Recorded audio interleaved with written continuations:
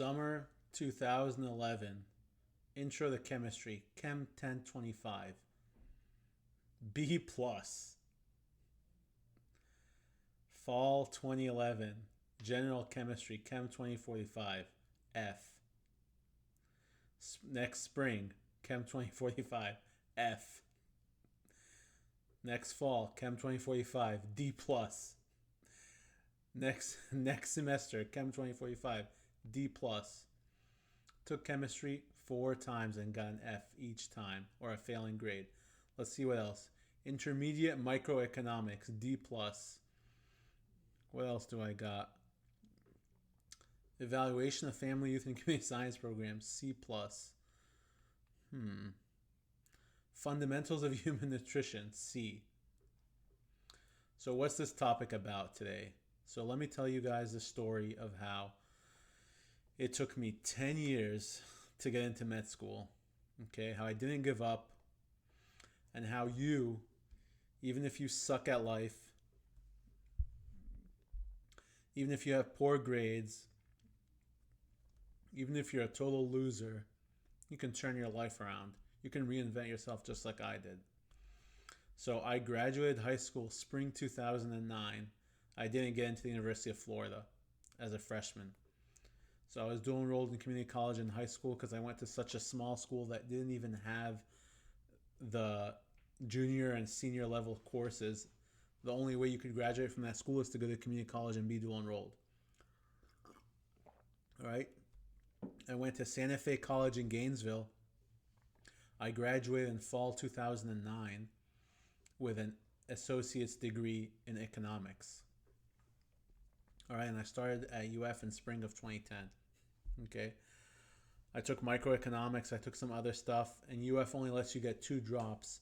My first semester at UF, I didn't study, I didn't do anything except waste time, play video games, eat chocolate lava cakes, eat pizza, spend all night playing video games with my friends and eating sunflower seeds, gaining weight, drinking 2-liter Coke, thinking I was cool because I could eat a lot. And what happened? I had to drop both econ and some other class. Took them again the next semester. Okay. Later, the same thing happened with another class, and I had to take an incomplete. Tell the professor I had something going on in my personal life, which really the truth was it was laziness. Sit in the class in the spring, and just get get a C plus or a C minus or something so I could pass. So I basically spent a year and a half at UF and only got 2 semesters out of it for the first time. Okay. So I realized there was some deficit in me, some problem, okay?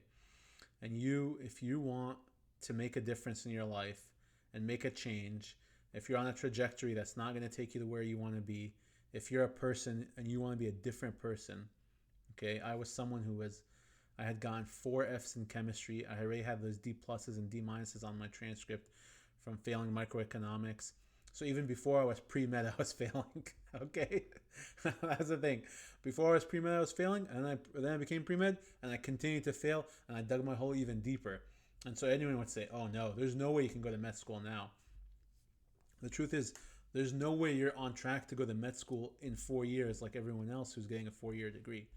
But I might have a potential later. And let me tell you how bad my situation was. I got my associate's degree. And so that means really I'm supposed to get 2 more years of university to graduate with a bachelor's. And it took me from spring, what was this? I started UF spring of 2010 until spring of 2016 for me to graduate. Okay. So 6 years for me to graduate with a 4-year degree that should have taken me 2 years. Okay. So if your situation is bad, don't lose hope.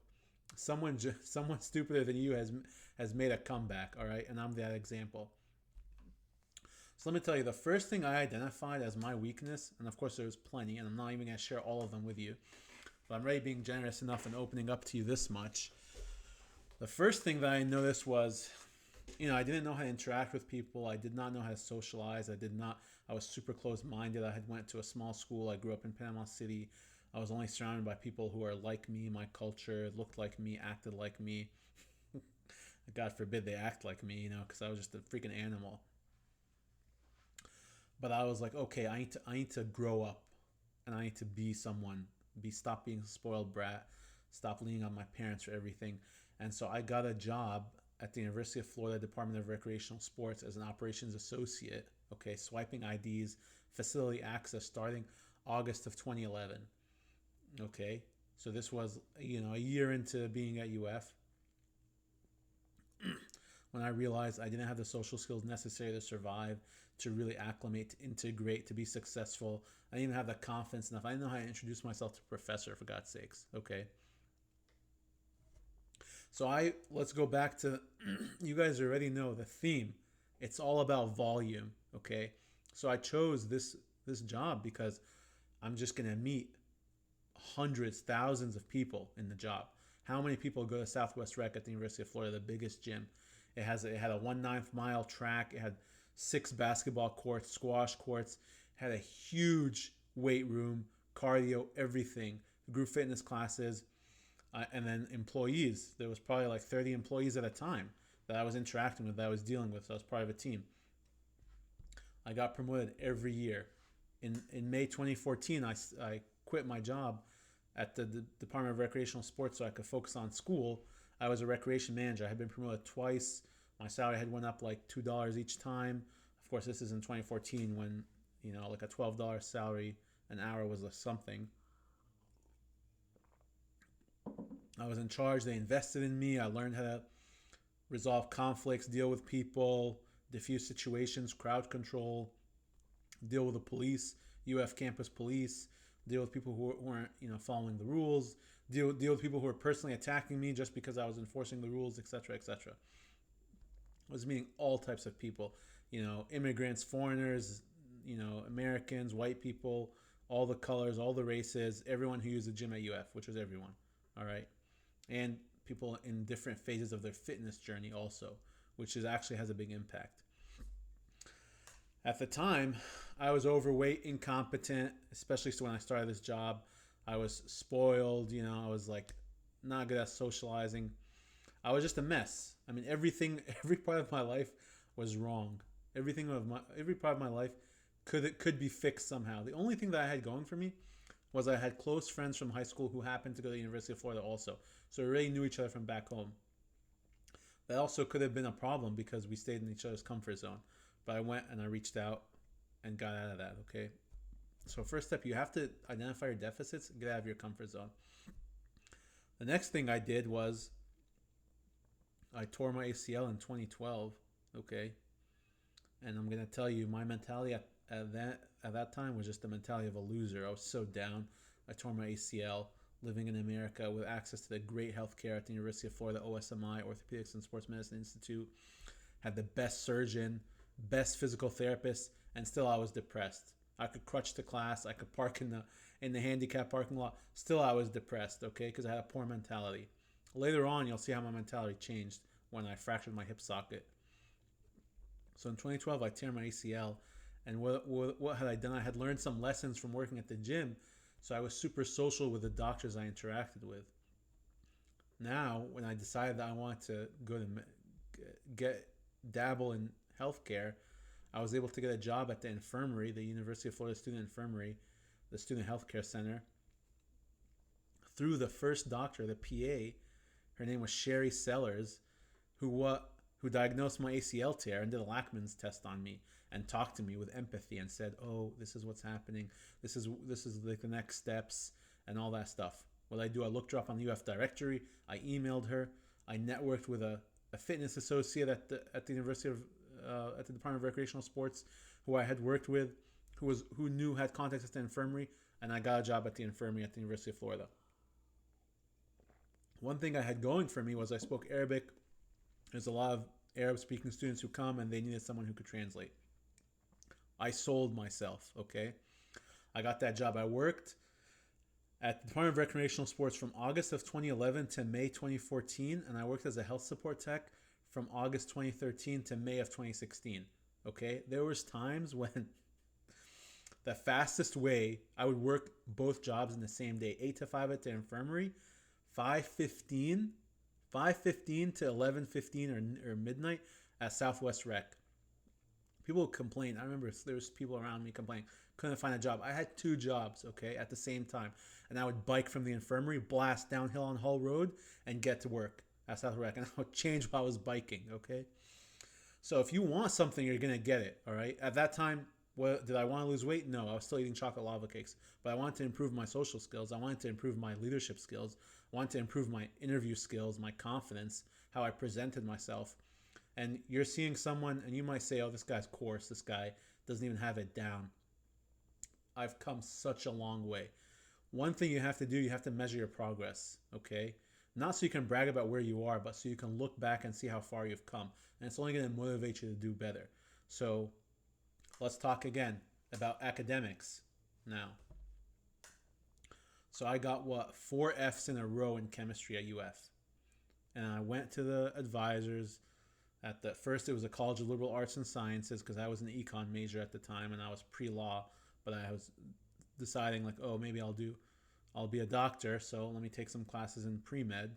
Okay, and what did they tell me? The dean was like, listen, you can't change your major. You gotta stop taking chemistry. You can't be a doctor. End of story. You can go back to econ, get some C pluses and graduate, or you can leave the university. So what did I have to do? What did I have to do? I had to switch departments entirely, okay? And I switched to College of Agriculture. And then what happened? I met this advisor who unfortunately was just too nice, let me do whatever I wanted. And I changed my major to human nutrition. And as you know, in the beginning of this video, I had got a C plus in my first human nutrition class, okay? So that track didn't work either, all right? And then I had my accident. November 2nd, 2014, I'm on my motorcycle. And I'll backtrack and I'll just tell you about 4 or 5 months before that. And this is in 2014, in early of 2014, I meet someone, okay, a girl who had an impact on me in a way that broke my heart, okay? Because I was a naive kid. I was a naive 22-year-old who got his heart broken over text message and took it, to the depth of despair, all right? So I was at the bottom of the barrel, the only way to go, even though it was this mental barrel that I was creating in my mind, all right? Because a lot of things about perception and what, you can victimize yourself all day. But basically there's no way except for me to go up because I thought I was at the bottom of the barrel. In my mind, I thought, I'm just so low, there's no way for me to go up. So what did I do? I latched on to people who would work out with me, and I would work out every day after work. And I started eating clean, and I did ketosis, and I spoke to nutritionists, and then I took those lessons from the gym, I applied them to school, I saved money, and then I bought a motorcycle. It brought my confidence up. I loved riding that bike. And then November 2nd, 2014, I was in Gainesville driving. It was a beautiful day. It was sunny, and I got hit by a pickup truck. And I was going 45 miles per hour, 45 to 50 miles per hour. I fractured my hip socket, my acetabulum. I was on my back. Paramedic comes. I was like, I feel like there's something wet on my back. He's like, did you pee yourself? I was like, no, man, I didn't pee myself. Go back later to the hospital. Turns out it was blood.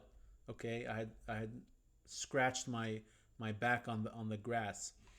I still have a boutonniere and a swan neck deformity in my fingers because I wasn't wearing my right glove. I was wearing my helmet. There was a scratch on my helmet. Anyways, my hip socket, so my knee hit the ground. Femur went through my hip socket, shattered it. I got morphine. From the paramedic. His name was Dominic. He took care of me. Okay, thank you, Dominic. I get to Shands. Everything is just great at this point. Life is great. When I saw this truck coming, I thought I was dead. I thought I was like, it's time to die. Woke up, I was alive. All I suffered, some tendon damage, a fractured hip socket, T-type acetabular fracture. I'm in the ED. This ED doctor is looking at me. He's so somber. He's like, you fractured your hip socket, I'm looking at him like, dude, I'm alive. I don't care. Whatever. Orthopedic surgeons comes. They tell me about it. I'm like, when am I going to walk again? He's like, probably a year. Okay. I could do that. That's fine. It's like the average person takes like a year. I was like, okay, whatever. I'm not average. I had changed. My whole mentality had changed now. Look how I was so depressed because I tore my ACL in 2012. Now I fractured my hip socket in 2014. But because I had been going to the gym, because I had already thought that I had overcome heartbreak, because I had started to improve in life and slowly did stuff to challenge myself, got a job at the University of Florida Department of Recreational Sports, ranked up. It built my confidence. Got a job as a health support tech. That built my confidence in another arena. Improved in fitness. I'll put a picture up. Hopefully, lost weight. That progressive overload, discipline, sticking to something, consistency, having a strong mentality, a strong mind. Arnold talks about in his book. He said Franco would go. They'd lift weights together, and some days Franco just couldn't lift. He couldn't squat like 500 pounds, something that they had done regularly. So Arnold said, the body doesn't change in a day, in 2 days. It's the mind that changes, okay? You really should read this book. So what does he say? He pumps him up. He trash talks him. Hey, look, those cute girls, you got to lift, man. They just walked in. You got to lift. Oh, look, there's this other guy. He's lifting. He's not weak. You got to be like him. Franco would go back. He'd squat 500 reps like it was nothing. That's what Arnold writes in his book. I read that stuff. I watched Pumping Iron. I would listen to the JFK moon speech at Rice University. Why do we go to the moon? Because we can. Why does Rice play Texas? Because it's hard. Because it's a challenge, okay? I was like, whatever. I can do this. I can go to physical therapy. I can go into surgery. How does my body react to anesthesia? The best way. So, and what you have to think of something. You might say this is arrogance. And I say it's just someone who's insecure who found some confidence. But you have to think of yourself, I'm the best player on the team. I'm going to put my best foot forward, okay? I have the best chance at this. If you're someone, you go fishing, okay, and you don't take a bucket of ice with you. This is a tangent, but it's a good tangent. You don't take a bucket of ice with you because you already learned that you never catch anything, so you're not even prepared. So when I go fishing, even though I hate fishing, all right, you bring the bucket of ice because maybe you'll catch something. You don't assume you're not going to catch something. So now what do I want to go back to? The academic thing. I had learned helplessness, okay? I had learned that if I take chemistry, I'm going to fail because I had failed it 4 times in a row, semester after semester. I just would show up to the test. I wouldn't even study. I would just, at that point, I would just go in there and be like, okay, let's see. Let me figure this question out, even though I've never studied it. It was insanity. It was actual insanity. Doing the same thing over and over again, expecting a different outcome. So, November 2nd, 2014, I have this motorcycle accident, fracture my acetabulum, do a medical withdrawal from the University of Florida. Okay, so now I've already spent a year in my time at the University of Florida. There's 1 year that's totally gone. It doesn't even exist on my transcript. That semester where I got those incompletes, and then this other semester where I did the medical withdrawal. Okay, and then November, basically all of November I'm in the hospital. December I'm in a wheelchair. January I start using crutches. I'm 3 months non-weight bearing on my right leg, total non-weight bearing. I'm doing everything with my left hand, with my left foot. I get a handyman who I knew at the infirmary. I get him to install ropes and bars in my shower in my house, in the studs, in the wall. I was like a monkey. I was so proud of myself. Where did I have strength? I had upper body strength from going to the gym. I would wheelchair to Southwest Rec from my house. I lived close by. I lived on 20th. You can look this stuff up. I mean, on a map. I lived next to the OSMI, 20th and 19th Avenue. I would wheelchair to Southwest Rec, do a bunch of pull-ups, bench, whatever, one-legged squats. I didn't care. I was strong. I wasn't going to give up on the gym. Later now, I'm improving in physical therapy. I'm walking and stuff. I take chemistry again. And I've decided at this point, all right, God has given me another chance at life. I'm not gonna let it go anymore, okay? I'm not gonna let it go. I'm gonna be a doctor. It's my duty. It's my actual duty to go be an orthopedic surgeon, just like someone did that for me, just like someone busted their ass studying, okay? And my surgeon, where did he grow up? He grew up in India. And he got into Columbia University College of Physicians and Surgeons and became an orthopedic surgeon, graduated like 1969, all right? And he was waiting for me in the hospital when I showed up. And he came, the attending came, not the residents, attending came. He talked to me. My dad flew from overseas. He talked to my dad. They connected. He was very empathetic. Orthopedic surgeon, by the way. Kind, empathetic. Listened to me. Counseled me. Spoke to me about opioid addiction. Because obviously I was taking OxyContin and oxycodone like crazy. Because it was such a painful thing. But I remember the resident, I think, was careless. Wrote me 120 pills of each when I was discharged. I probably used 30 pills of each. And the rest, because it rung in my ear, like when you go to like those movies or whatever, there's like a ghost or someone on the side of your shoulder that talks to you. That was a picture. His voice rung in my ear. If you take this when you're not in pain, it's going to cause addiction. If you take it when you're in pain, then it just treats your pain. Boom, dumped the rest of it. Like 90 pills, gone. Didn't touch them. Anyway, so the stigma about orthopedic surgeons being assholes, entirely not true. Empathetic, inspired me. And I was like, you know what? I'm going to be an orthopedic surgeon just like him. And I'm going to go to med school at Stanford is what I told myself. So what did I do? I took chemistry with Dr. Korlev at the University of Florida. And I studied at the library for the first test. And I didn't get it. And I went back to my old habit. Man, I'm done. I give up. This is 2 weeks into the class now. I was like, I give up. I left Library West and I walked around in circles through Turlington and through the freaking Library West lawn.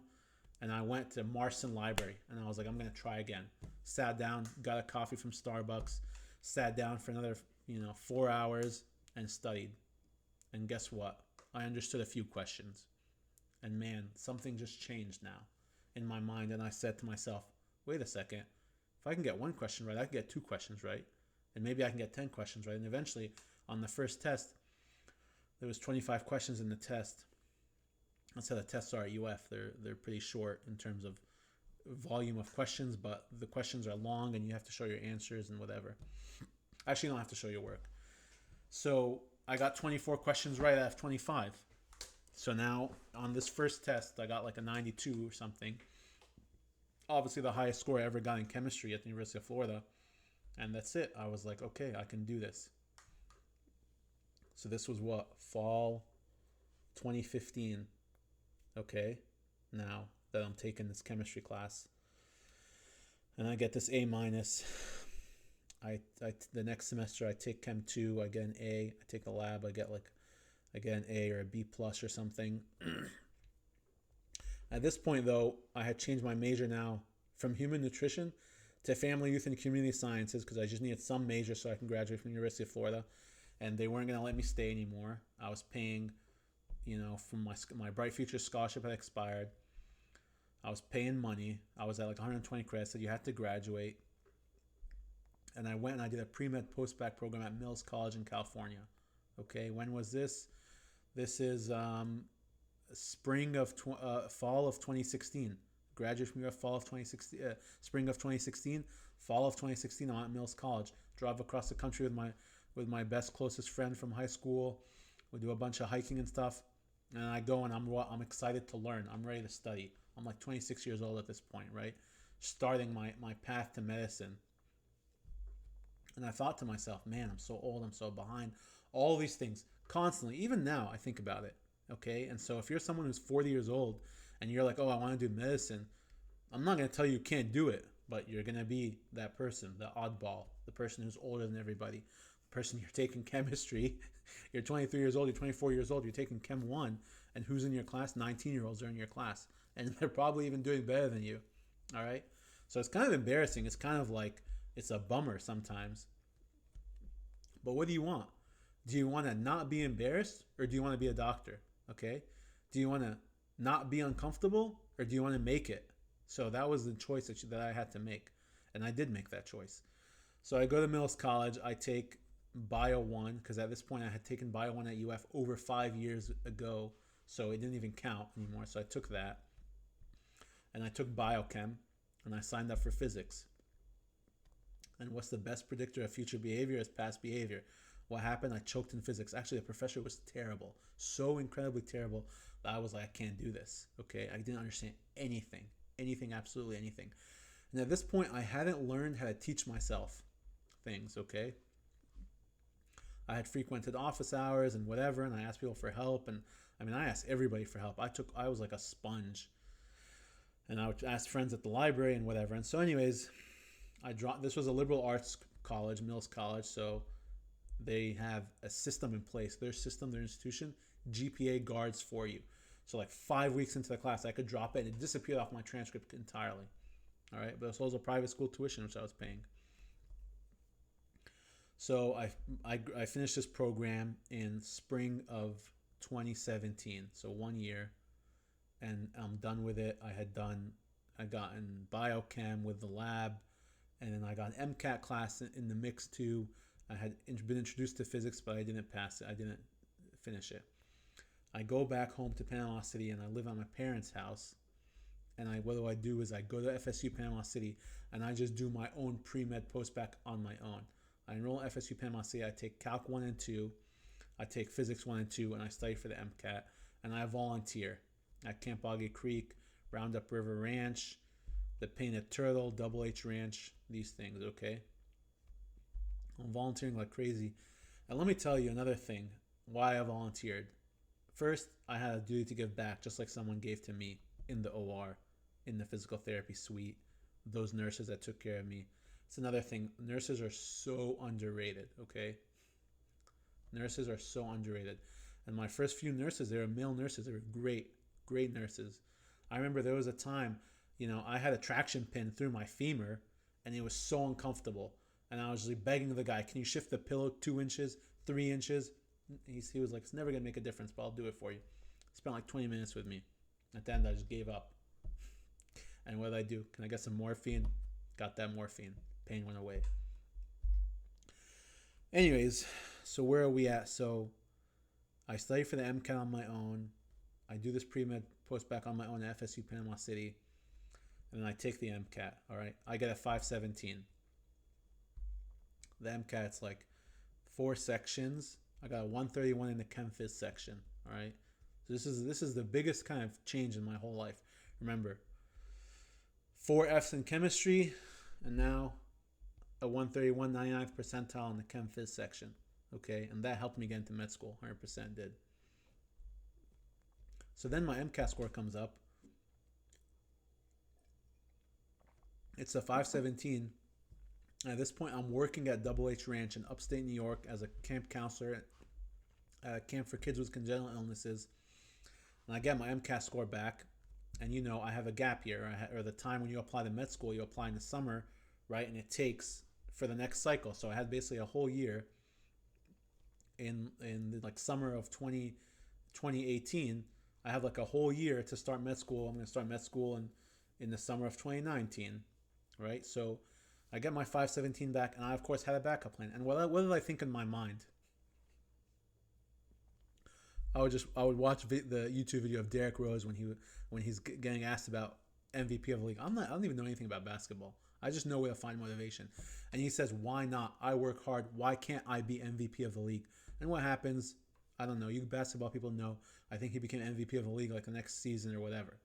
So I told myself, why can't I be the best player in the league? I don't even need the best player. I just need to get into med school, okay? How many people get into med school? It's not one person each cycle. It's like thousands of people. When you're applying to med school, you think, oh my God, I'm going to get in med school, as if you're the only one who's going to get in. No, you don't even have to be that good. You just have to be good enough. So it's like, it's not that unreachable. Okay, so I'm telling myself, remember, bad habits die hard. I still have this like poor mentality where I'm like, oh man, you know what? I'm not even going to get in this cycle. I'm just going to apply anyways, just so that next cycle I have some experience. Okay? But then the question is, what do I do for this year? Do I do a medical master's, or I got a job opportunity to scribe in Maui in Hawaii? And remember, I had these 4 Fs in chemistry, so I thought to myself, I have to make up academic. My academic deficit is the biggest one. Okay. So I was at Double H Ranch. I was at this camp for kids with congenital illnesses. They're partnered with Albany Med. The director of the ED at Albany Med was there. And another benefit of this volunteering, getting just, learning how to shake hands is I went and talked to him. His first name was Dennis. I forgot his last name. And he talked to me, looked at my transfer, looked at my resume, he looked at stuff, and he was like, dude, screw the medical masters. Go live your life. Go to Hawaii. Go work as a scribe. You'll get real practical experience. Even though I had worked as a health support tech, I was not an ED. So that's what he said. So I did it. I talked to my camp director. I needed to leave like 2 weeks early.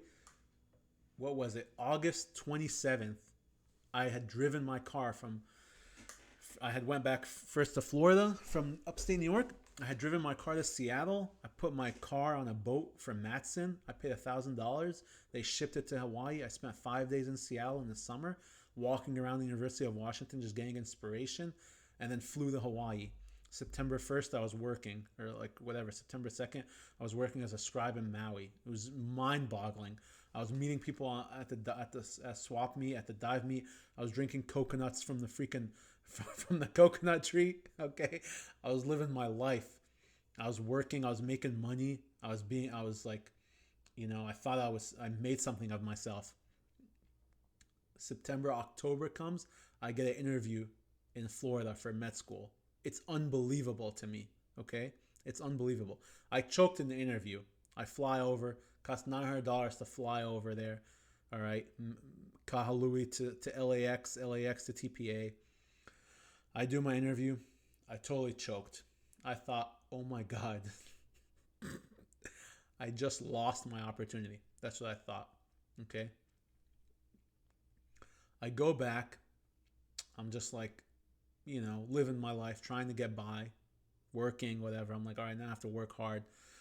Working, whatever. I have like 2 days off a week. I'm on my way to a dive, to scuba dive. I love to scuba dive. I get a call from the dean, at this school. I don't know why I don't name the schools. I feel like it's liability. But anyways, you guys know what it is.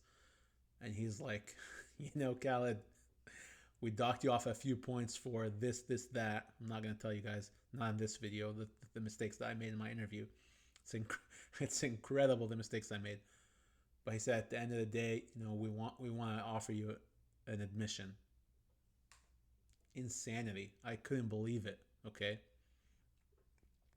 How many schools did I get into? That's another video that I'll answer later. Anyways, I had gone into med school. That's it. I thought to myself, okay, my future was secure. Of course, I didn't know anything about the match process, residency, all of this whole thing that's just like such a big problem.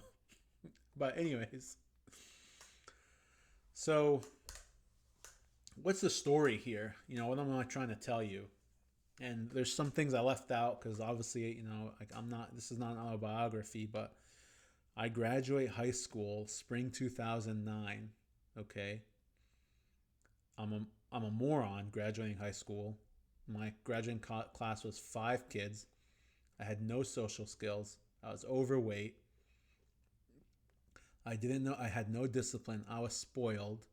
My mastery of the English language was terrible. My grammar was terrible. I didn't know how to spell.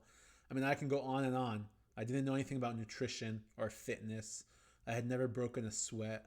Because why would I sweat? I thought sweating was just uncomfortable. Okay. I didn't know how to talk to girls, without being a freak. I didn't know how to approach my boss or how to get an interview at a job or dress professionally or match my belt to my dress shoes, something I learned from one of the doctors at the infirmary, who wears a brown belt with black dress shoes. Doesn't make sense. I didn't know any of that stuff. I didn't even know how to make my bed. Okay. 10 years later, I got into med school. All right. And what did I do? I had to reinvent myself. And there was a time where I felt, when I would learn about neuroplasticity, I was like, that's actually what happened to me. I mean, I changed my brain. I changed my habits. I changed my everyday. I changed the composition of who I am. Okay. So what is this message for? This message is for the kid who's wondering, how am I going to get into med school? I just choked on my life. I've just failed a class. I've just failed a semester. I've just been kicked out of undergrad. Okay. Listen, there's people, this is so funny. Like, I remember how bad is this was my situation. It took me 6 years to get a degree that I should have gotten in 2 years. Okay. And everyone's at their own timeline. I was struggling in undergrad. There was people when I was in med school, there was, guys and girls, they were 24, 25. They failed the first year. They had to repeat it. Okay. And I'm sure they were so bummed. I would see them. Oh, so they're so bummed. They thought they were failures. Think about that. They would fail med school, repeat a year, and still graduate at an age that was younger than me graduating med school. All right. So it's so funny. There was another kid. He applied for optho. Good friend of mine. He didn't match, and he started med school at 19. All right. When I was starting med school at 28. So I was like, dude, if I was you, I mean, I would never give up on optho. I would do 2 research years. You'll still match and graduate and finish optho residency with fellowship at an age younger than I even started med school. All right. So again, the lesson here is like, you got to be on your own timeline. You can compare yourself to people, of course, it's natural, but don't let being old or bald or whatever screw you and steer you away from doing whatever you want to do. This doesn't just apply to med school. This applies to everything, obviously, in life. All right. And you can change who you are. You can set a goal of who you want to be. You can change that. You can become a better person by doing better things. You can become smarter. You can build discipline. You can lose weight. You can make new friends. You can shake hands. You can meet mentors. Let me tell you some other stuff that I did, and I'll make a bigger video about this, but I reached out to every single 10 advisors, and I just found the one that worked for me. I emailed the director of admissions of 5 or 6 medical schools in Florida. And Juliet Hill, the director of admissions at the University of Florida, she met with me. I was just looking at an email today. She met with me in 2015, in 2016, went over my transcript. I told her, this is my plan. I'm going to do this. I'm going to do this. I'm going to go to Mills. I'm going to get this class. I'm going to take the MCAT at this date. She went through my thing. She gave me advice. And guess what? And now I'm in med school.